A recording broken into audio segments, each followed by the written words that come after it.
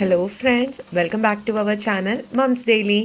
ഇന്ന് ഞാൻ വന്നിരിക്കുന്നത് ഒരു ഉണ്ണിയപ്പത്തിൻ്റെ റെസിപ്പി ആയിട്ടാണ്. നമ്മളിൽ ഉണ്ണിയപ്പം ഇഷ്ടമില്ലാത്തവർ ആരോ ഉള്ളത് എന്നാൽ നമുക്കൊരു 5 മിനിറ്റിനകത്ത് നമുക്ക് പെട്ടെന്ന് തന്നെ തയ്യാറാക്കി എടുക്കാൻ പറ്റുന്ന ഒരു ഉണ്ണിയപ്പം ആയിട്ടാണ് ഞാനിന്ന് വന്നിരിക്കുന്നത്. ഒരു ഇൻസ്റ്റൻറ്റ് ഉണ്ണിയപ്പം എന്ന് വേണമെങ്കിൽ പറയാം. നമ്മൾ മാവ് കലക്കി വെക്കും, അങ്ങനത്തെ പരിപാടിയൊന്നുമില്ല, പെട്ടെന്ന് തന്നെ തയ്യാറാക്കി എടുക്കാം. അപ്പം നമുക്ക് നോക്കാം. അപ്പോൾ അതിനായിട്ട് നമുക്ക് ആദ്യം കുറച്ച് ശർക്കര ഒന്ന് ഉരുക്കിയെടുക്കണം. അപ്പോൾ അതിനായിട്ട് ഇതാ ഇത്രയും വലിപ്പത്തിലുള്ള ശർക്കരയാണ്, ഏകദേശം ഒരു 250 ഗ്രാം ഉള്ള ശർക്കര ഉണ്ട് ഇതിനകത്ത്. അപ്പം ഈ ശർക്കര നമുക്ക് ആദ്യം ഒന്ന് ഉരുക്കിയെടുക്കണം. അപ്പോൾ ഇത്രയും ശർക്കരയ്ക്ക് ഞാൻ 1.5 കപ്പ് വെള്ളമാണ്, 250 ml മെഷർമെൻറ്റ് കപ്പിൽ 1.5 കപ്പ് വെള്ളം ചേർത്ത് കൊടുക്കുന്നുണ്ട്. എന്നിട്ട് ഈ ശർക്കര നമുക്ക് നന്നായിട്ട് തന്നെ ഒന്ന് ഉരുക്കിയെടുക്കണം. അങ്ങനെ ഇതാ ശർക്കരയൊക്കെ നന്നായി ഉരുകി ഒക്കെ വന്നിട്ടുണ്ട്, നന്നായിട്ട് തിളച്ച് തുടങ്ങിയിട്ടുണ്ട്. ഈ ഒരു സമയത്ത് ഞാൻ ഫ്ലെയിം ഓഫ് ചെയ്തു. എന്നിട്ട് ചൂടോടുകൂടെ തന്നെ ഞാനൊരു മറ്റൊരു പാത്രത്തിലോട്ട് ഇതൊന്ന് അരിച്ചൊഴിക്കുകയാണ് ചെയ്യുന്നത്. കാരണം നമുക്കറിയാം ശർക്കരയാണ്, ശർക്കരയിലൊക്കെ ഇങ്ങനെ തരികളും കരടും ഒക്കെ ഉണ്ടാവും. അപ്പോൾ അത് ഒന്ന് മാറ്റിയെടുക്കാൻ വേണ്ടിയിട്ട് ഒന്ന് അരിച്ചൊഴിക്കുക.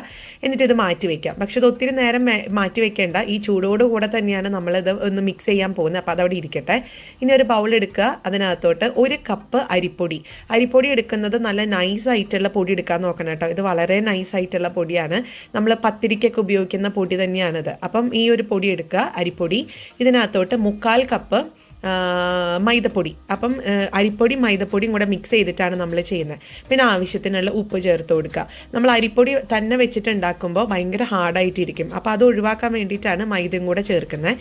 മൈദ ചേർത്ത് കഴിയുമ്പോൾ ഇത് ഇച്ചിരി നന്നായിട്ട് തന്നെ സോഫ്റ്റ് ആയിട്ട് വരും. അപ്പോൾ അതുകൊണ്ട് 1 കപ്പ് 1/4 കപ്പ് എന്നുള്ള അളവിൽ എടുക്കുക. പിന്നെ നമുക്കിതിനകത്തോട്ട് നന്നായിട്ട് ആ ചൂടായിട്ട് ഇരിക്കുന്ന ശർക്കര ചൂടോടെ കൂടെ തന്നെയാണ് ഞാൻ ഇതിനകത്തോട്ട് ഒഴിച്ചു കൊടുക്കുന്നത്. എന്നിട്ട് നമുക്കിതാ ഇതൊന്ന് ആവശ്യത്തിനനുസരിച്ച് ഇതൊന്ന് മിക്സ് ചെയ്ത് കൊടുക്കാം. അപ്പോൾ അതാ ഞാനൊന്ന് പെട്ടെന്ന് തന്നെ മിക്സ് ചെയ്യുന്നുണ്ട്. അപ്പം ഞാൻ ഈ പറഞ്ഞ അളവിന് ഈ ഒരു കറക്റ്റ് ശർക്കരപ്പാനി കറക്റ്റായിരുന്നു കേട്ടോ. നമുക്കത് കൂടുതലും ഇല്ല കുറവും ഇല്ലാത്തൊരവസ്ഥയിലായിരുന്നു. അപ്പോൾ ഇനി നമുക്കിത് ആവശ്യത്തിനനുസരിച്ച് ശർക്കരപ്പാനി ഒഴിച്ചതൊന്ന് മിക്സ് ചെയ്തെടുക്കാം.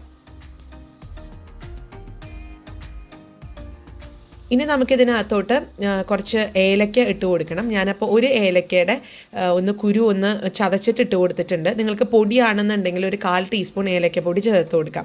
അപ്പോൾ ഇനി നമുക്ക് എന്നിട്ട് ഒന്നും കൂടെ ഒന്ന് മിക്സ് ചെയ്യാം. ഇനി കൂടെ തന്നെ ഉണ്ണിയപ്പത്തിന് എപ്പോഴും ഉള്ളതാണ് തേങ്ങാക്കുത്ത്.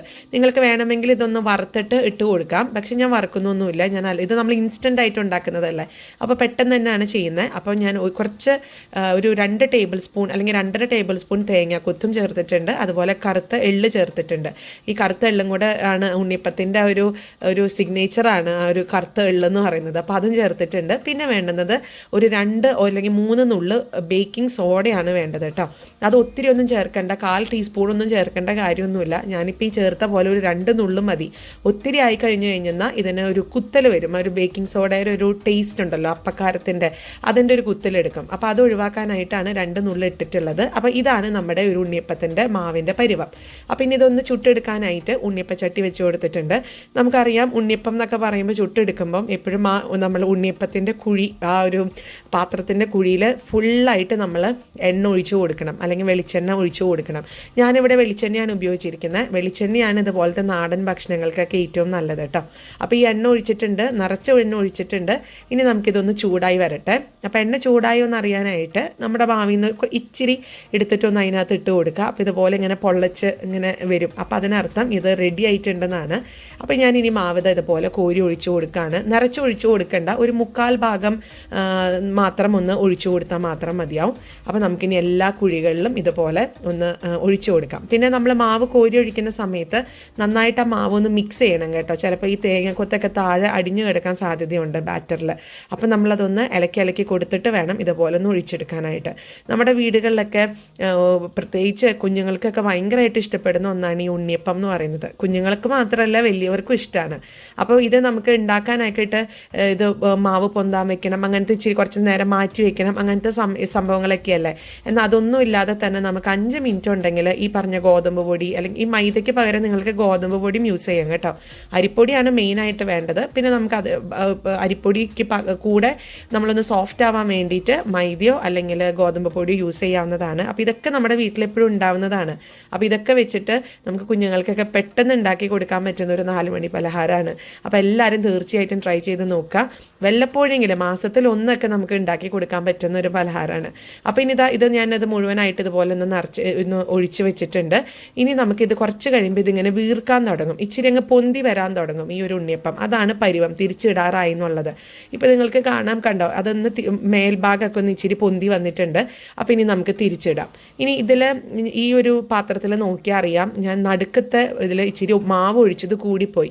അങ്ങനെ കൂടിപ്പോയതുകൊണ്ടാണ് അത് ഓവർഫ്ലോ ആയിട്ട് വന്നിട്ടുള്ളത് കേട്ടോ. അപ്പോൾ നിങ്ങൾ ഒഴിക്കുമ്പോൾ മുക്കാൽ തന്നെ സ്റ്റിക്ക് ഓൺ ചെയ്യണം. അത് ഒത്തിരി അങ്ങ് കൂടുതൽ ഒഴിച്ചു കഴിഞ്ഞാലത്തെ കുഴപ്പമാണ് ആ നടുക്കിൽ കാണുന്ന ഉണ്ണിയപ്പത്തിന് പറ്റിയിട്ടുള്ളത്. അത് പുറത്തേക്ക് ഒഴുകിപ്പോവും.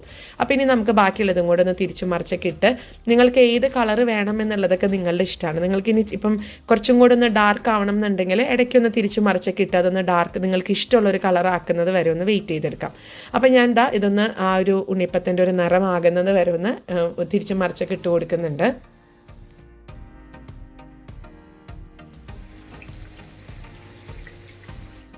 അങ്ങനെ ഉണ്ണിയപ്പത്തിന് നമ്മുടെ ഒരു സാധാരണ ഒരു എന്താ പറയുക, നല്ലൊരു കളറായിട്ട് വന്നിട്ടുണ്ട്. അപ്പം ഞാൻ ഈ ഒരു സമയത്ത് ഇതൊന്ന് കോരി മാറ്റി വെക്കുന്നുണ്ട്.